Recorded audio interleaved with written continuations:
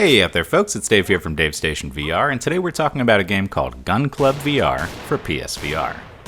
Now this is a new shooting gallery title from the same developers who brought us Rush a few weeks ago, which was an awesome little wingsuit racing game that I really enjoyed, and it's going to be coming out at $24.99 in the US.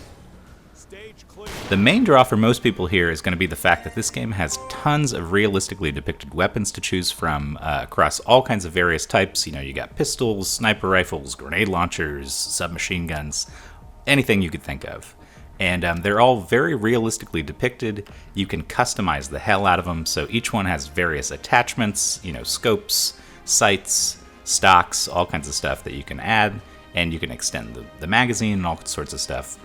So as you go through, it's pretty fun to check out all the options, kind of earn more points to upgrade the weapons, and it's all really well done. I mean, you can customize the gun down to where the scope is placed on the rail on the front of the gun. So like if you want it all the way at the front, you can slide it there, and if you want it back towards the back of the gun, you can do that as well. So there's a lot of depth on display here as far as the weapons themselves are concerned. There's also some welcome variety in the shooting galleries themselves. You've got 4 different modes to choose from.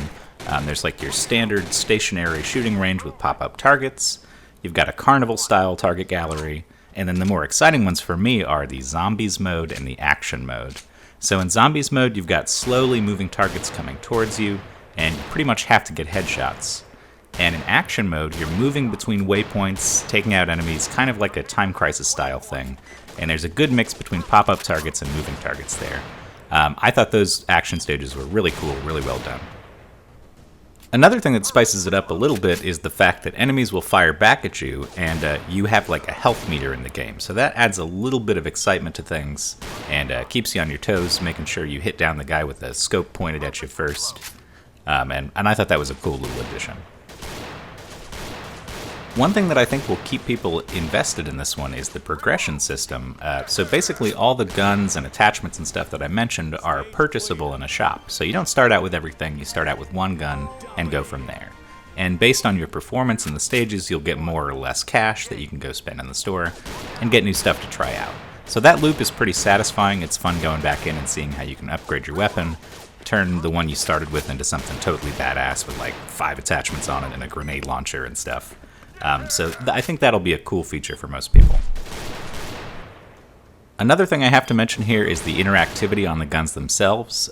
Reloading is done physically, just like London Heist or something like that. You have to load in a new clip, pop out the old one, cock the gun before you're ready to shoot again. And that can make some parts pretty hectic when you run out of ammo and there's zombies coming at you and you gotta do the whole physical reload thing. And for most guns, that works really well. On pistols, machine guns, most of the stuff I tried out, I really enjoyed it. Except for when you get to stuff like shotguns and sniper rifles and stuff like that. It can be a little finicky, especially with like bolt action ones where there's a lot involved and the tracking isn't always perfect. I occasionally would run into issues where I'd be trying to reload the gun and I'd accidentally do something and pop the clip back out, or I'd grab another portion of my gun I wasn't meaning to, like the grenade launcher part or something. And so that could be a little more precise, but for the most part it works pretty well. The only glaring issue that I had was with the two-handed weapons. They can be really difficult to use when you're using both hands on the moves, for like a pump shotgun or a sniper rifle or something like that. It just really doesn't track properly, and the angle of the gun is all off. It's really difficult to aim. And so there's something probably about having the two moves pretty much directly in front of each other that maybe you could resolve with a really high-up camera placement. But for me, this setup works for every move game that I've got, and it didn't really work in this one. So that will probably be an issue for most people. I also had trouble utilizing the sniper scopes effectively. They're so finicky, and it's really difficult to get it lined up the way you want to, and any tiny motion on your hand, sends it wobbling. And really, if you don't have something with weight in your hand, it's hard to be as stable as they want you to be. So the sniper parts were really difficult for me, and I just couldn't get around those. Overall, though, for most of the guns you have available here, the tracking is spot on, the gun physics and the recoil and the feedback all feel great, and I really enjoyed it. The sound design is also top-notch. All the guns really pack a solid punch, and if you put on a silencer, that's accurately represented.